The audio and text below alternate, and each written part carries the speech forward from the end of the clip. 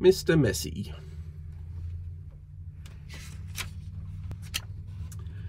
Mr. Messy was the messiest person you've ever met in your whole life.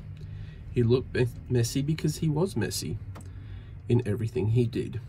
You could always tell where Mr. Messy had been because he left a trail of messy fingerprints wherever he'd been. Oh yes, Mr. Messy was messy by name, messy by nature. Mr. Messy lived in a particularly messy looking house. The paint was peeling, the windows were broken, there were tiles missing off the roof, the flower beds were overgrown with weeds, the garden gate was falling off its hinges. And had Mr. Messy cut the grass in his garden lately? He had not. One morning, Mr. Messy woke up in his messy bed, yawned, scratched, got up, cleaned his teeth, leaving the top off the toothpaste, had his breakfast, spilled cornflakes all over the floor, and set out for a walk, tripping over a broom he'd left lying in the garden 2 weeks before.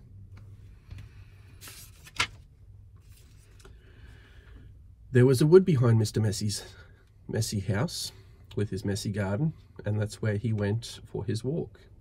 It was a particularly large wood with lots and lots of trees, and it took Mr. Messy a long time to walk through it.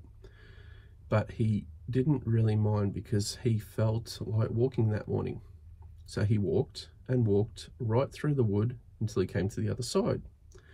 And do you know what he found on the other side of the wood? Mr. Messy found the neatest, prettiest looking little cottage he had ever seen. It had a lovely little garden with a stream running through it, through the middle of it. There was a man in the garden clippering the hedges. He looked up at Mr. Messy approaching. "Good morning, I'm Mr. Messy," said Mr. Messy. "I can see that," replied the man looking up at him. "I'm Mr. Tidy."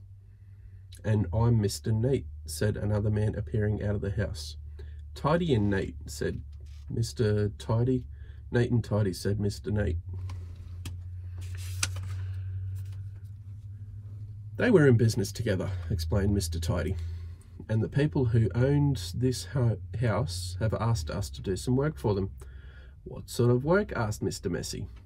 "Oh, we make things nice and neat," said Mr. Neat. "Tidy things up," said Mr. Tidy. "Perhaps we could come along to do some work for you," said Mr. Neat, looking at Mr. Messy, who was looking even messier than usual that particular morning. "But I don't want things neat and tidy," said Mr. Messy, looking downright miserable at the thought of it. "Nonsense," said Mr. Tidy. "Fiddlesticks," said Mr. Neat. "But," said Mr. Messy. "Come along," said Mr. Neat. "Off we go," said Mr. Tidy. But, said Mr. Messy.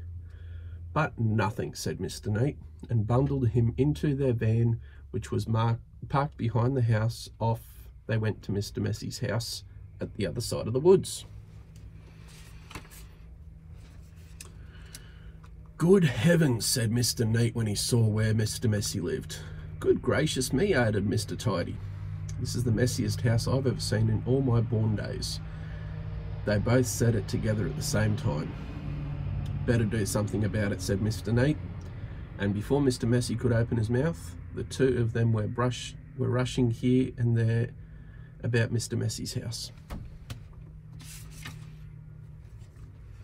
Mr. Neat hoed and mowed and pruned and snipped and clipped and cleared and dug and made the garden look neater than it had ever looked before. Mr. Tidy cleaned and primed and rubbed and painted and mended and made the outside of Mr. Messy's house look tidier than it had ever looked before. They both went inside. "Good heavens," said Mr. Neat for the second time that morning. "Good gracious," said Mr. Tidy for the second time that morning. And then they set about cleaning the house from top to bottom. They brushed and swept and polished and scrubbed and made the inside of the house look neater and tidier than it had ever looked before.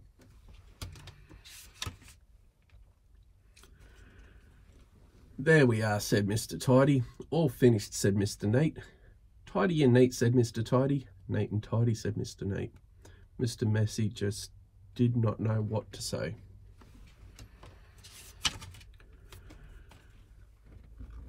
Then they both looked at Mr. Messy. "Are you thinking what I'm thinking?" Mr. Neat said to Mr. Tidy. "Precisely," replied Mr. Tidy. "What were both thinking?" they said together to Mr. Messy. "Is that you look much too messy to live in a neat and tidy house like this." "But," Mr. Messy said. But whatever Mr. Messy said was no use, and Mr. Neat and Mr. Tidy whisked him off to the bathroom upstairs. It had been the messiest room in the house, but now, of course, it was neat, and neat as a pin. Then Mr. Neat got a hold of Mr. Messy's arm, and Mr. Tidy got a hold of the other arm, and they picked him up and put him straight in the bath. Mr. Messy wasn't used to having baths. Mr. Neat and Mr. Tidy washed and brushed and cleaned and scrubbed and combed Mr. Messy until he didn't look like Mr. Messy at all. In fact, he looked the complete opposite of messy. He looked at himself in the mirror. "You know what I'm going to have to do now?" he said in a rather fierce voice. Mr. Neat and Mr. Tidy looked worried. "What are you going to do?" they asked Mr. Messy. "I'm going to have to change my name," said Mr. Messy. Then he chuckled, and Mr. Neat and Mr. Tidy chuckled, and then Mr. Messy laughed, and Mr. Neat and Mr. Tidy laughed, and then they all laughed together and became best of friends. And that really is the end of the story, except to say that if you're a messy sort of person, you might have a visit from two people. And you know what they are called, don't you? The end. All right, sweetie, you have a good night's sleep tonight. Sweet dreams. Mummy and Daddy love you.